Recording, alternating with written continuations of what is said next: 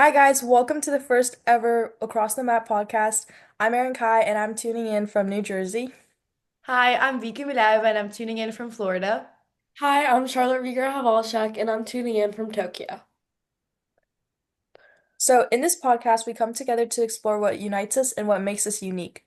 Our mission is to connect with youths from every region and background, sharing real stories, challenges, and perspectives that may often go unheard. Through our open conversations and reflections, we aim to build a global community of honesty, compassion, and curiosity. So, join us as we traverse borders, cultures, and experiences. In case you want to be a part of our podcast and be interviewed or be a guest and want to share your experiences with the rest of the world, click the link down below to complete the following survey in order to be a part of our podcast, and we'll contact you as soon as possible. So, on the first three episodes, we are going to be sharing our own experiences, heritage, and backgrounds. So, hopefully, you guys can relate to some of them. And if not, we are definitely going to get more people on this podcast soon. So, our first person that's going to be talking about themselves and their background is Vika Miliaieva. Hi everyone, my name is Vika. I'm 16 years old. Currently, I live in Florida, but I was born in Ukraine and I'm half Russian and half Ukrainian. And I moved to America when I was 11 years old. So today, Charlotte and Aaron will be asking me some interesting questions, and I will be talking about my background and about my cultures and my traditions. And hopefully, some of you will be able to relate and become more interested in joining this podcast. Yeah, Vika, why don't you just start off with telling us maybe what it was like growing up in Ukraine or like one of your favorite memories? Yeah, so obviously growing up in Ukraine was very, very different than growing up in America. I feel like one of my favorite memories was definitely going to my grandparents' house with my older sister Marina. I remember us like dying laughing and like spending so much time with our grandparents. I remember my grandma like cooking different Ukrainian meals. And the house wasn't fancy, but I feel like it holds so many moments of joy and comfort for me. So even now, I think of it and just smile because I'm not able to see my family right now, and I haven't been able to see them for like 4 or 5 years. So I definitely miss those times a lot. Yeah, and I definitely agree. I feel like I can relate to that as well because my family's in China. I'm in New Jersey now, but every year we would go and visit them. And growing up, I feel like that was such a crucial part to my childhood. Yeah. I feel like it was definitely like such a different experience from living in America. And obviously, I absolutely love living in America now, but I definitely miss like Ukraine, and I miss all my friends, and I miss just like the way it was. What? Yeah, So I then mean, was the so then would you say that like the transition from Ukraine to New Jersey was difficult for you? Definitely. I mean, I did not know English at all. I came to America knowing like a few basic words, and I remember I moved during COVID, so obviously I couldn't even make up a sentence. I had to go on Zoom and Google Translate every single thing that I wanted to say because I just had no ability to speak. And I feel like I had a strong accent. My grammar was horrible. And the school was so much different from what I was used to.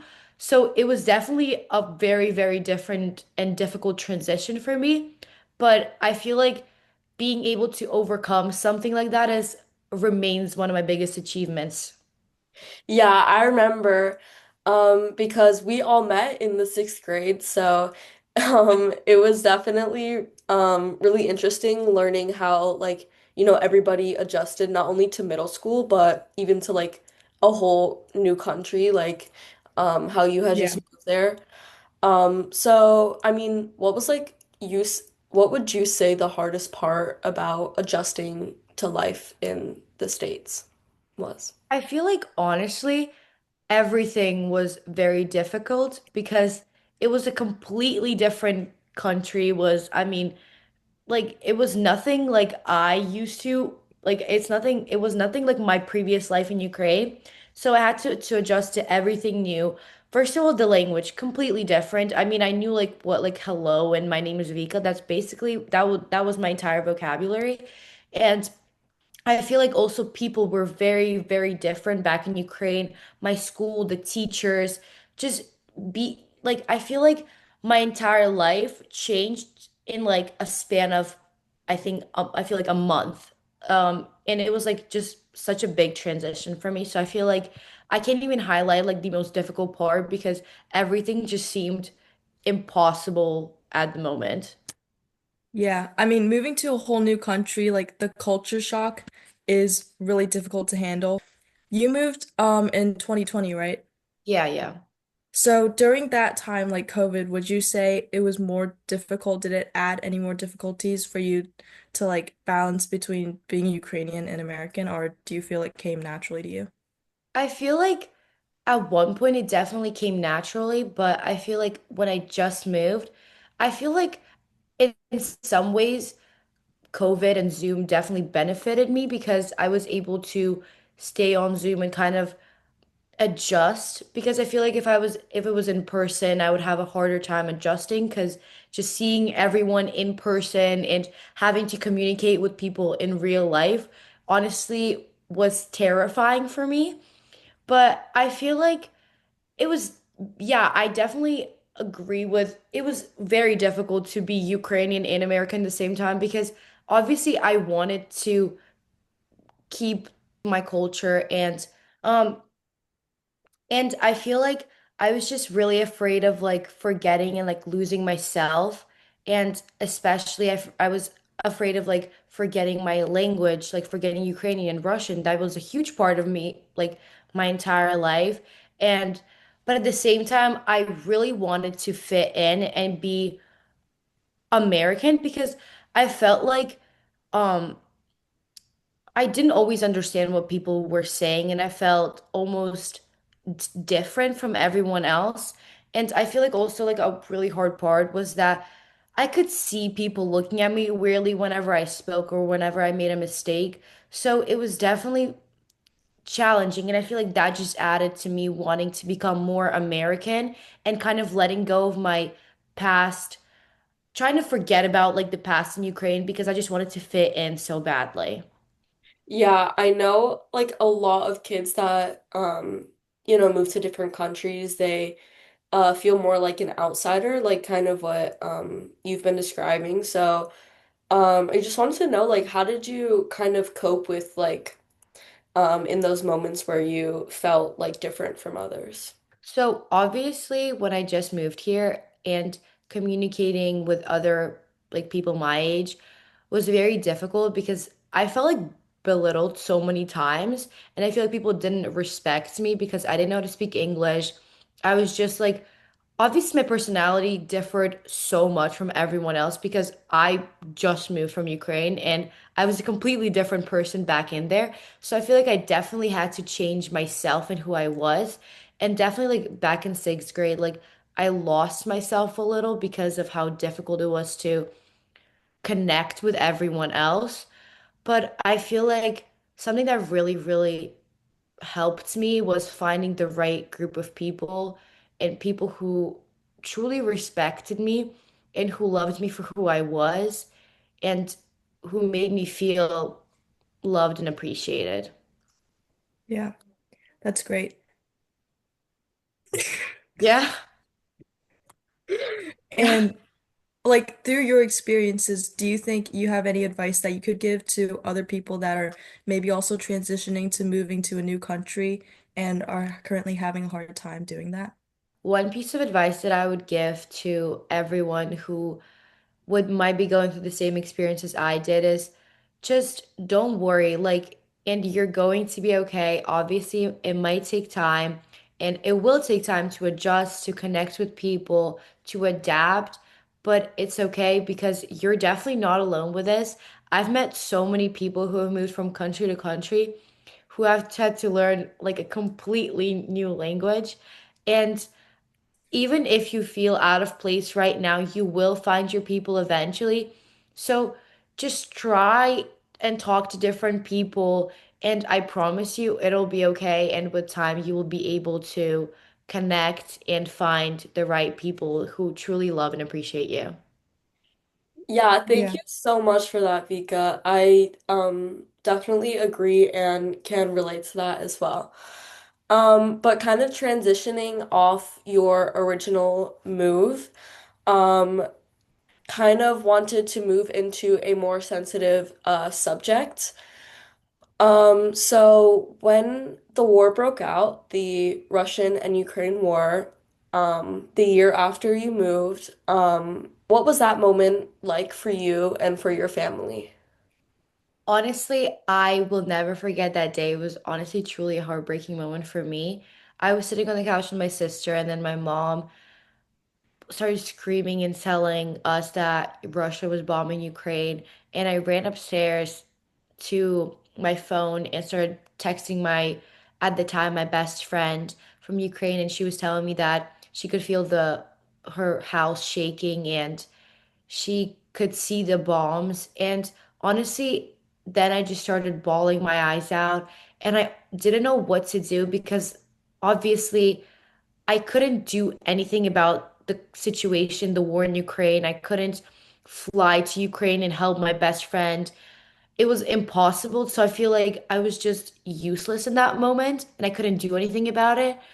But I feel like um when it happened, I had really amazing people by my side who helped me a lot. And they helped me set up a donation program. They helped me make different bracelets and pins um, for Ukraine and for Ukrainian soldiers. And we donated a lot of money to help. And at the end of the day, my best friend ended up coming to America and spending a month with me. And she now lives in Germany. And I'm really, really happy for her. So I feel like although the war started so long ago, um, it's important to remember that it continues to this day. And just because it's been a few years since it started doesn't mean we have to forget about it and forget about thousands of people still struggling to survive and still struggling to find a place to live.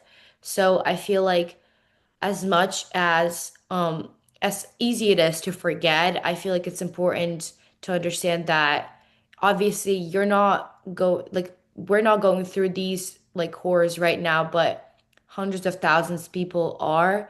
So yeah. Yeah, Yeah. thank you so And much for sharing. That was, really important to get the word out. Um, yeah, do you have anything to add, Aaron? yeah, I remember when in seventh grade when we were all working together and making those support like bracelets, the pins, and selling them at school to raise money for the foundation. I think it definitely is really important to have people around you that support your culture, your identity, and who you are. But what advice would you give to kids today who are seeing their home countries in conflict from other issues? I feel like I would definitely say that it's going to be okay. And although it seems like right now at the moment there's no hope, but there are so many things you can do in order to help your country that seem like small little things. For example, just as simple as like donating money and creating a foundation and raising awareness at your school. These things seem so, so little, but I promise you, every little thing that you do will benefit and like can potentially help the war that and the horrors that thousands of people are going through. And I feel like never lose hope and just don't just give up on your home country because you feel like the war's been going on forever. There are so many things you can and you should be doing in order to help those in need. And I promise you, you can save so many lives by donating like $100. Yeah. Thank Hmm. you for that. And I also think it's really nice of you to open up about such a vulnerable topic. Yeah. Yeah. But um So now maybe moving back to more of your culture and your personal identity and connection to Ukraine. What do you wish that people your age around the world understood about Ukraine that maybe often goes unheard or overlooked? I feel like it's really the beauty of Ukraine and how beautifully independent it is. I feel like, honestly, a lot of people that I've talked to in the past see Ukraine as a part of Russia and see Ukraine as this vulnerable and weak country. But in reality, living there, it was probably one of like my favorite time like my entire life. Like I enjoyed waking up every day and like driving to school, then walking to dance and just getting to spend so much time with my friends and family. And I feel like you have to realize that each country has its uniqueness and has its own guys, so And its own like beauty. yeah, it has its own beauty. Yeah. So I feel like um it's just important to recognize that um Ukraine is I don't know what else to say, bro. Yeah, and I think it's definitely hard to like it's definitely hard to see the true beauties of like each country, especially with all the different perspectives from media nowadays. So Yeah. it's definitely important to maybe look more into each country specifically, do more research on that yourself, and overlook those perspectives and maybe biases from different media reports. Yeah, obviously the social media opinion can be very subjective. Yeah. And before you, I feel like really important lesson that like is like don't say like rude things about a country that you've never been to, you've never lived in. And obviously, all these people make jokes about the war in Ukraine and that Ukraine is going to be a part of Russia. But I feel like in reality, it's important to understand that Ukraine is its own country, it's independent, it's beautiful, it's unique, and it's special. And there are hundreds of thousands of people who love this country and whose country remains their home. Yeah, Yeah. thank you so much for that. Really, it's truly inspiring just to hear you giving out these really important life lessons, especially with all the conflicts, going around in the world today and the prevalence of social media and media influences. So just to kind of like close up and reflect, like what lessons about resilience or hope have you taken away from your family or your culture or even the war? So I feel like what like I feel like it's really important to understand that my family is still like living in Ukraine. They are still like hearing the alarms every day. They're hearing the bombs, they're feeling their houses shake. And I feel like sometimes I think about it quite a lot actually, that they continue staying strong and living there and they're continuing helping their country rather than running away or just moving away. They are they're staying in Ukraine and they are doing everything they possibly can to help and to protect their home country. And I honestly wish I could do the same and I aspire to be like my family. And I love my family so dearly. So honestly, they are, they mean the world to me and they are truly my inspiration and who I want to become. Yeah. That's really nice to hear. And I think even if you're not there to help physically, the fact that even though you're outside of your country, you're still thinking about ways to help them, ways to advocate for them Yeah. is really wonderful. And it's great to hear, a personal perspective about such a big conflict that's happening in the world right now. So thank you for sharing that. Yeah. Yeah, thank you so much. And just as a closer, how do you hope your story inspires others who might be navigating like the multiple identities that you were talking about, or even just leaving their home behind? I feel like, as I already said, like it's very important to understand that you're not alone in this, and there are so many people going through the same things. So I feel like don't be afraid to speak up and to talk about your struggles and the things you're going through. And just remember that there are so many podcasts, so many like foundations that you can come to and speak about your country and speak about your personal perspective on the war. And don't be afraid to speak up and share who you are. Yeah, thank you so much, Vika, and thank you so much, you all, for tuning in to today's stop laughing, today's episode. Um, yeah, it really means a lot for us, for all of us to share our stories.